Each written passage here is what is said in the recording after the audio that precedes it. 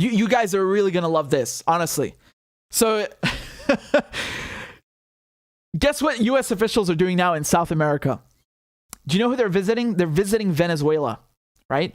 And, you know, for the past years, we've been hearing from not just the U.S., but actually 60 countries, right? And the majority of them are U.S. allies, that the legitimate president of Venezuela is not Nicolas Maduro, who was, you know, democratically elected as the president, but Juan Guido, who is the former, he's not even anymore. He's the former head of the National Assembly, right? So his whole claim to legitimacy was the president is illegitimate, and so the next in line is me because I'm the head of the National Assembly, and it's on that basis that the United States and other countries recognize him as the president. Okay? So now U.S. officials are in Venezuela, but who are they negotiating with and who are they meeting with? Do you think they're meeting with Juan Guaido? No, man. They're meeting with Maduro. Oh, shit. This is so funny, man. This is so funny. I can't believe it. They've been telling us for years that this guy is not the president, right? They want to get rid of him. They even tried to launch a coup. You remember that Bay of Piglets that Donald Trump launched? You know, they sent these mercenaries from Silver Corps to try and take out Maduro, and it failed miserably. So, and they've been putting sanctions on Venezuela because this guy's not the president, right? He is the president, of course. Of course, he's the president. You know?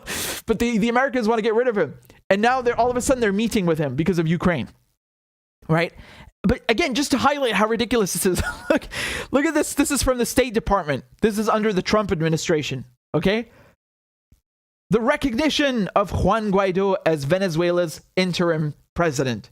This is published by Mike Pompeo, right? So they put this out January 2019, and they said the United States recognizes Juan Guaido as the new interim president of Venezuela and strongly supports his courageous decision to assume that role, okay? And if you're thinking, well, yeah, but that's the Trump administration. This is the Biden administration. They didn't recognize Juan Guaido as the president. There's nothing hypocritical. Well, you're wrong. You're flat out wrong, because that's exactly what Biden did when they got into office. This is an article from Reuters, February 4th, 2021.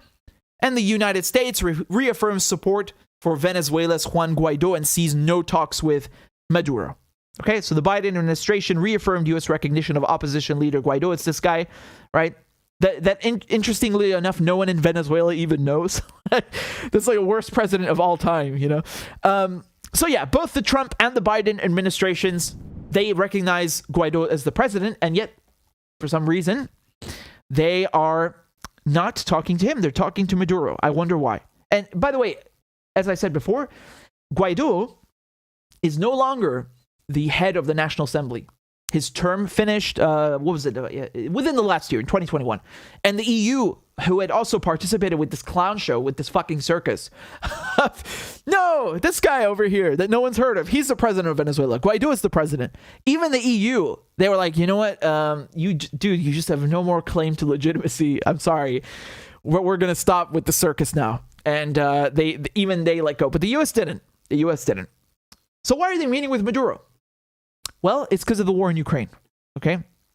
And let's read this article. This is from the New York Times. They say senior U.S. officials are traveling to Venezuela on Saturday to meet with the government of President Nicolas Maduro, according to people familiar with the matter, as the Biden administration steps up efforts to separate Russia from its remaining international allies amid a widening standoff over Ukraine, okay? And they say the trip is the highest level visit by Washington officials to Caracas, Venezuela's capital, in years. The U.S. broke off diplomatic relations with Maduro and closed its embassy in Caracas in 2019 after accusing the authoritarian leader of electoral fraud.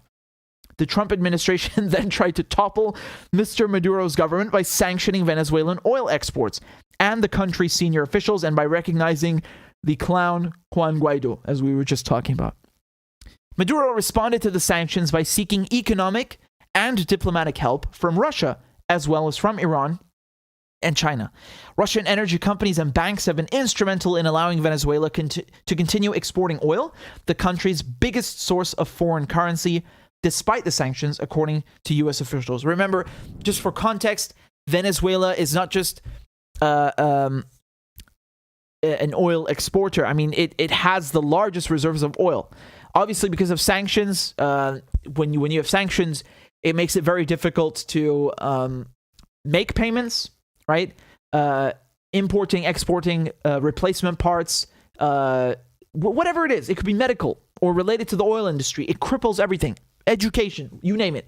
And so one of the reasons Venezuela has had fuel shortages, ironically, you would think, why does Venezuela have fuel shortages? You have more crude oil than anyone in the world.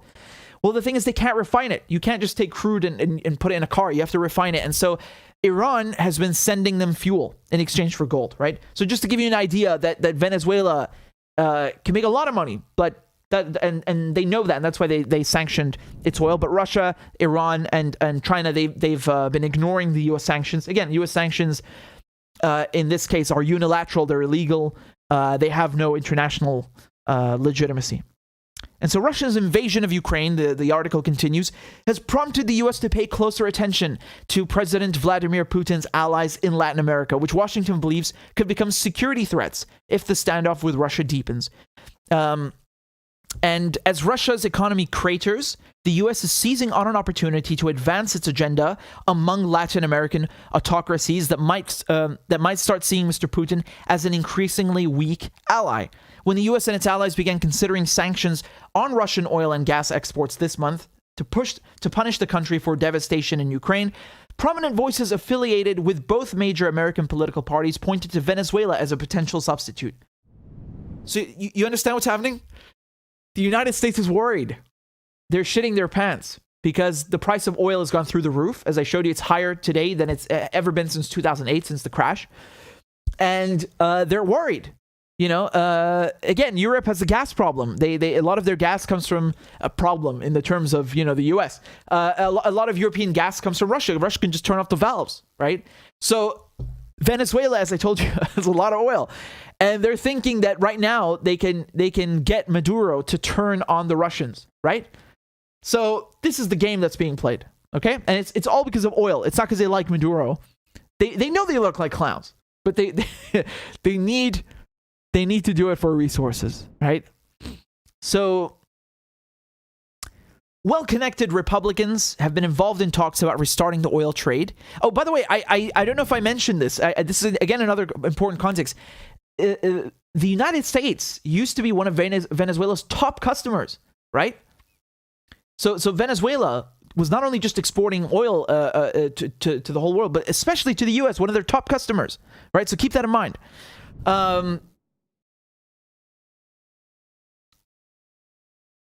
So Mr. Taylor, okay, who's a former Republican congressman from Virginia, he said he spoke on Friday night to a Venezuelan businessman who signaled that Mr. Maduro's team was eager to re-engage with the U.S. We should take this opportunity to achieve a diplomatic win and a wedge between Russia and Venezuela, he said in a statement. Trish Reagan, a former Fox Business host and conservative media personality, called for an alliance with Venezuela to displace Russian oil from the U.S. market. Venezuela has the largest source of oil reserves yet. We're handing that to the Chinese and the Russians, she wrote on Twitter on Friday. You're damn right, bitch. That's what they don't get. They're starting to see the ice crack beneath them. Like, oh shit, what's happening? A global realignment? Yes, you fucked up. That's exactly what's happening. Please, for the love of God, remember, this is what it means to be a U.S. ally. They always fuck you. They always fuck you. Always. This guy, he thought that he's gonna be the king. He's gonna rule Venezuela. He has the Estados Unidos, the U.S. behind him. And look where Uncle Sam is right now. Left him, hung him out to dry. This is always what happens. It happened with Saddam Hussein, right? He thought, I have the U.S. backing me against Iran. They came back and they hung him, literally hung him, right? It's happening with the Kurds. The Kurds, they think, okay, we'll work with the Americans in Syria. Look what they did in 2019. Left them in northern Syria. I mean, they just moved to the east, to be fair, right? This is what happens. You get in bed with Uncle Sam, you're going to find yourself in a lot of trouble. That's always what happens. I always tell you this. Every time I tell you this. And it came true again. You see? This is what I'm talking about. You can't trust them, man. You cannot trust them. You might win in the short term. They're going to fuck you long term. And it wasn't even that long. Speaking of the war in Ukraine and how Venezuela relates to that, let me play you a little speech from Maduro himself, right? This is just a few days ago, early March, right? Take a look at what he has to say.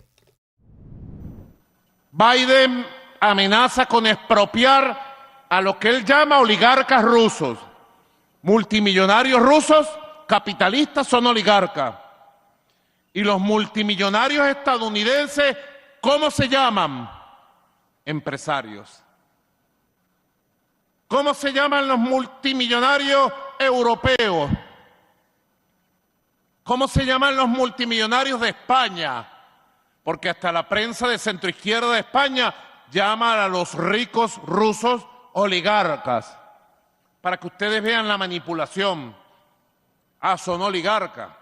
Se suman al lenguaje zamorista y bolivariano de Venezuela contra oligarquía. Ahora Biden es antioligarca.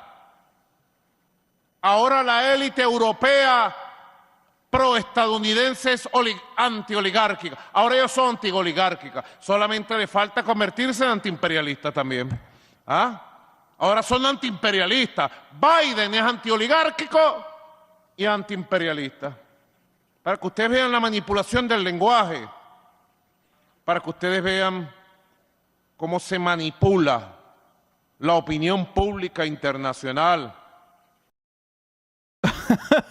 So he's I'm going to play you the speech that he gave on NATO in a second, but this one was also related because you know that you keep hearing in the news like that we're sanctioning Putin's oligarchs, the Russian oligarchs. But if you're in the US, you know, you're Bill Gates or Elon Musk or, you know, whatever these fat cats that are running Wall Street or the pharmaceutical companies and shitting on people and, you know, depriving them of healthcare, college, you name it.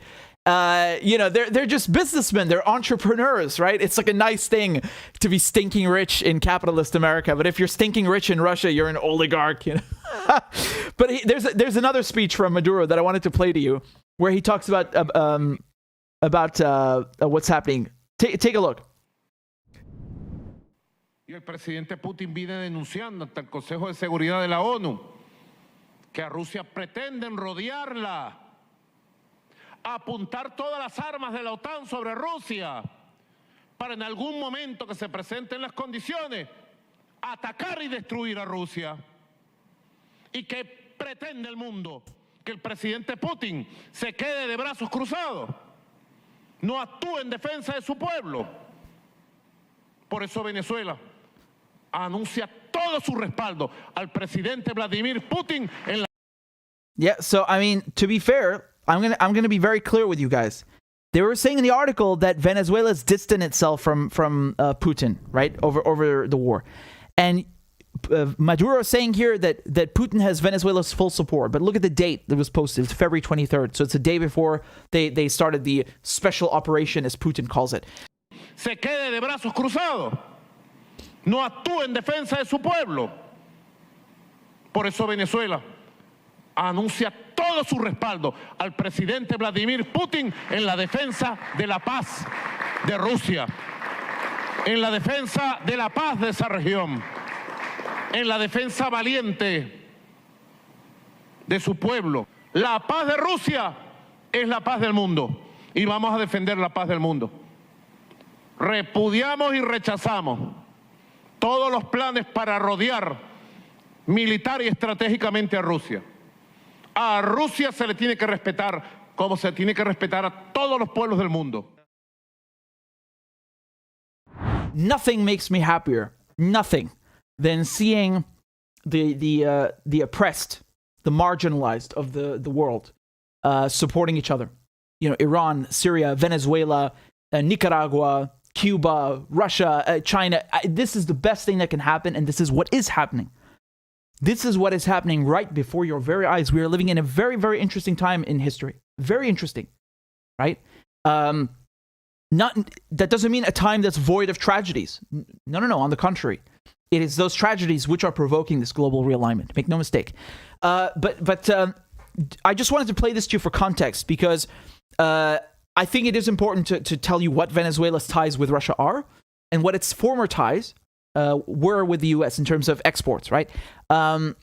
I wouldn't be surprised if they could hash out a deal. I understand people's feelings. Again, this is just me talking now, right? I understand if people would say, well, fuck the US, you know, and all these 60 countries, 60, right, that recognized Juan Guaido, this puppet, as the Venezuelan president. Why should Maduro appease them? Why should Maduro start selling this oil that Venezuela has to the Americans when they crapped all over Venezuela with sanctions? And let me tell you, those sanctions are not pretty. You know, I interviewed the UN Special Rapporteur on Sanctions. I cannot believe I've never uploaded that interview. It's scandalous, honestly.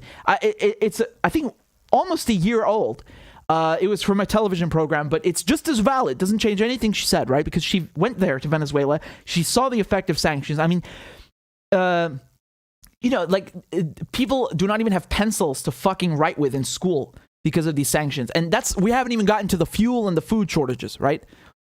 But anyway, just going back to what I was saying, I understand people's sentiments when they say Venezuela should stick it to the Americans. But I do think that when you're running a country and you know the potential source of revenue that this oil has for Venezuela, and what good that could do for the country, I wouldn't be surprised if they hashed out a deal.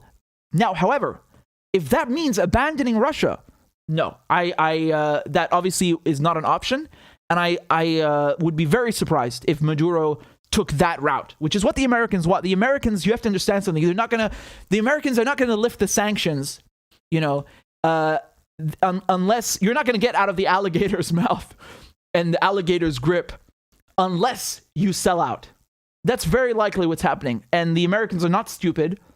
It's a very special occasion, and it's a very telling sign that they're sending a delegation to Venezuela. They wouldn't do it if they could, if it wasn't serious, right?